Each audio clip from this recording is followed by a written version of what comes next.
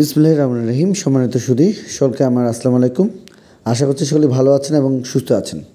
আমরা আজ উপস্থিত হচ্ছে আপনাদের ছোট শ্রেণীরা যারা আমাদের প্রথম শ্রেণীতে পড়াশোনা করছে তাদের আজকের যে আলোচনা সেটি হলো একটি 80 নম্বরের সরাসরি প্রশ্ন এবং আমরা আমাদের ছোট শ্রেণীদের এই 80 নম্বরের মধ্যে আমাদের ছোট শ্রেণীতে কীভাবে 80 পাওয়ার যে সম্ভাবনা সেই বিষয়টি নিশ্চিত করতে পারি সেই বিষয়ের উপরে আমাদের আজকে সম্পূর্ণ আলোচনাটি এবং কী কী থাকছে অবশ্যই আমরা প্রথম থেকে শেষ পর্যন্ত ভিডিওতে সময় দিলে আমরা অবশ্যই প্রত্যেকটি বিষয় সুন্দরভাবে যদি দেখতে পারি তাহলে আমরা আমাদের ছোট শ্রেণীদের এই ধরনের প্রশ্ন তৈরি এবং তার সঙ্গে সমাধান বা তারা যেন 100-র মধ্যে 100 বা 80-র মধ্যে 80 বা 20-এর মধ্যে 20 এই ধরনের ধারাবাহিক যে মূল্যায়নগুলো সামনে হতে চলেছে সেই বিষয়গুলো যেন তারা সুন্দরভাবে পেতে পারে প্রত্যেকটি বিষয় আমরা নিশ্চিত করব।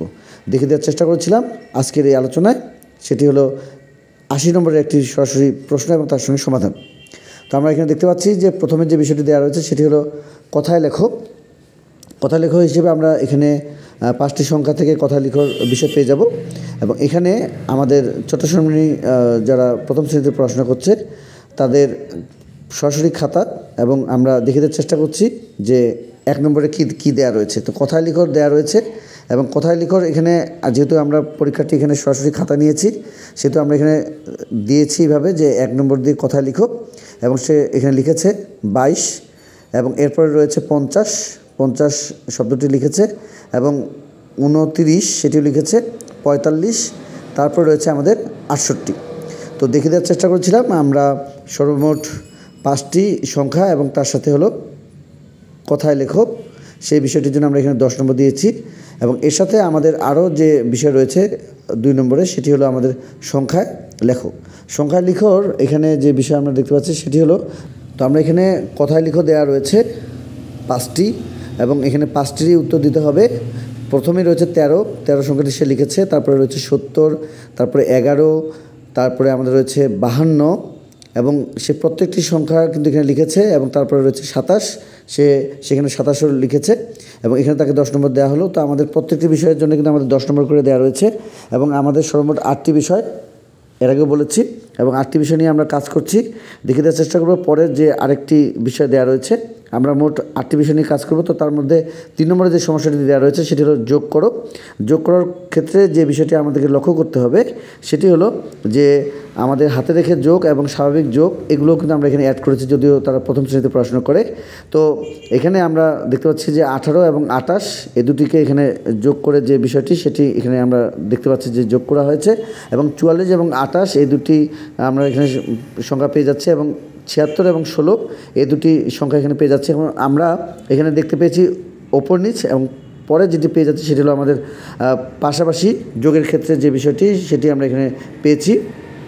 তো আমরা এখানে 4 নম্বরে দেখতে পাচ্ছি যে হাতে রেখে যোগের এখানেও কিন্তু ধারণা দেওয়া রয়েছে, পাশাপাশি কীভাবে যোগটি করতে হয় সেটি আমরা দেখিয়ে দেওয়ার চেষ্টা করছি। আশা করছি আমরা এই ধরনের সমস্যাগুলোর সমাধান আমাদের ছোটো শ্রেণীদের কাছ থেকে নেওয়ার চেষ্টা করব যাতে করে তারা এগুলো সুন্দরভাবে আনসারগুলো করতে পারে।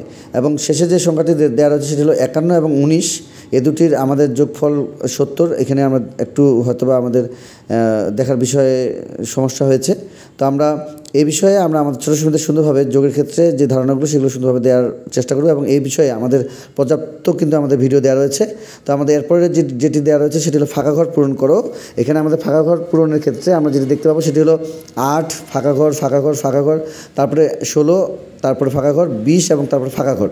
তো সেক্ষেত্রে আমরা আমাদের ছোটো শ্রেণীদেরকে যে বিষয়টি বলবো যে এগুলো জোড় সংখ্যা দিয়ে হতে পারে বা আমাদের দুটি সংখ্যা বা এর 8-এর পরে 9 না হয়ে 10 এইভাবে আমরা আমাদের ছোটো শ্রেণীদের আপাতত বোঝাবো যেহেতু তারা প্রথম শ্রেণীতে পড়াশোনা করছে। এবং এর সাথে আমরা বিয়োগ করার ক্ষেত্রে আমরা এখানে হাতে রেখে বিয়োগ এবং স্বাভাবিক যে বিয়োগগুলো সেগুলো আমরা আমাদের ছোটো শ্রেণীদেরকে এখান থেকে শিখে রাখার চেষ্টা করব যাতে করে তারা এই হাতে রেখে বিয়োগের ক্ষেত্রে যেভাবে আমরা বিয়োগগুলো করতে পারি এর জন্য আমরা পর্যাপ্ত এর আগে আলোচনা করেছি, সেগুলো দেখে নেব। যারা আজকে ভিডিওটি নতুন দেখছেন অবশ্যই আমাদের পূর্বের ভিডিওগুলো দেখে আপনাদের ছোটো শ্রেণীদের এই ধরনের ধারণাগুলো দেওয়ার চেষ্টা করবেন।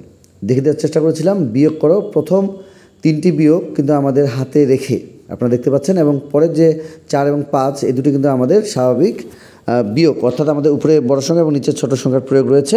তো এই বিষয়গুলো আমরা আমাদের ছোটো শ্রেণীদের সুন্দরভাবে শিখে রাখার চেষ্টা করব যাতে করে তারা হাতে রেখে যোগ এবং বিয়োগের যে সঠিক ধারণা বা প্রয়োগ সেগুলোর জন্য আপনাদের সহযোগিতা নিয়ে যেন তারা সুন্দরভাবে এখন থেকে বুঝতে এবং জানতে পারে। এবং 6 নম্বরে আমরা যেটি দেখতে পাবো সেটি হলো কথার অঙ্ক সমাধান করো। এখানে আমরা কথার অঙ্কগুলোকে প্রশ্ন আকারে তুলে দেওয়ার চেষ্টা করেছি যে রুমার 8টি কাগজের পাতা ছিল, সে 3টি পাতায় লিখে ফেললো, তার কয়টি কাগজের পাতা লেখার বাকি রইল। তো আমরা আমাদের ছোটো ছোটোদের মূলত যে কাজটি করবো, যদি সে বা তারা গাণিতিক বাক্যে প্রয়োগ করতে পারে তারপরেও হয়ে যাবে। আমরা শুধুমাত্র তাদের যোগ না বিয়োগ এই ধরনের যে ধারণাগুলো রয়েছে তারা যদি বুঝতে পারে, তাহলে গাণিতিক বাক্যেও আমরা আমাদের ছোটো ছোটোদের এই ধরনের সমস্যাগুলোর সমাধান করাতে পারি। তো রুমার 8টি যেহেতু কাগজের পাতা ছিল, সে 3টি পাতায় লিখে ফেলেছিল, তার মানে 5টি কাগজের পাতা আর বাকি রয়েছে। উত্তর হিসেবে আমরা পেয়ে যাচ্ছি 5টি। তার মানে আমরা এখানে কথার অঙ্ক হিসেবে একটি পেলাম, আর একটি পেয়ে যাব, সেটি হলো রাজু 15টি ডিম ও 9টি কলা কিনলো। কলা থেকে ডিম সে কয়টি বেশি কিনলো, এই ধরনের সমস্যার জন্য আমরা আমাদের ছোটো ছোটোদের বা এই ধরনের যে কথার অঙ্কগুলো আমরা আজকে দেখতে পাচ্ছি, এগুলোর উপরে কিন্তু আমরা এর আগে ভিডিও দেওয়ার চেষ্টা করছি কথার অঙ্ক হিসেবে এবং তার সঙ্গে সমাধান। আশা করছি নতুন হয়ে থাকলে সেই বিষয়গুলো দেখে নেব। তো রাজু 15টি ডিম ও 9টি কলা যেহেতু কিনেছিল, কলা থেকে ডিম অবশ্যই সে বেশি কিনেছিল এবং কয়টি বেশি কিনেছিল, এই ধরনের সমস্যার জন্য অবশ্যই আমাদেরকে বিয়োগের সূত্র বা বিয়োগ করেই আমাদের এই ধরনের সমস্যার সমাধান করতে হবে।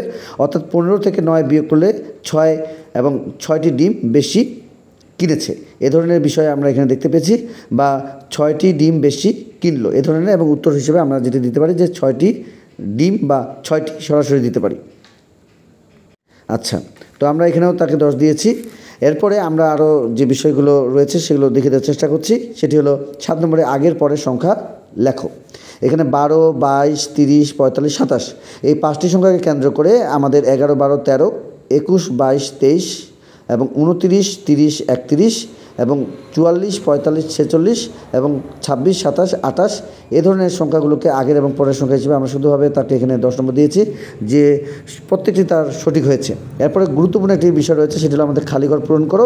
এখানে আমরা খালি ঘর পূরণ হিসেবে 5টি বিষয় পেয়ে যাব।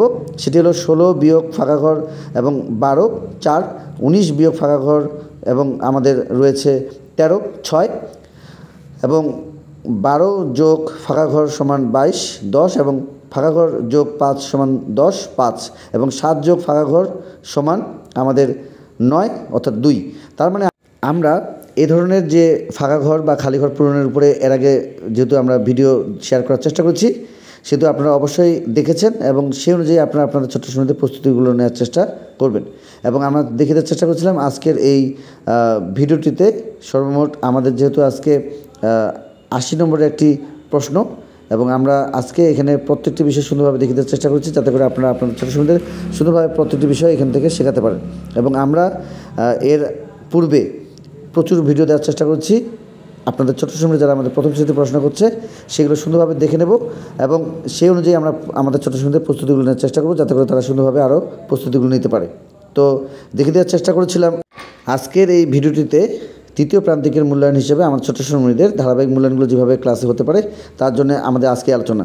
আশা করছি আজকের ভিডিওটি ভালো লেগেছে। সকলকে অসংখ্য ধন্যবাদ।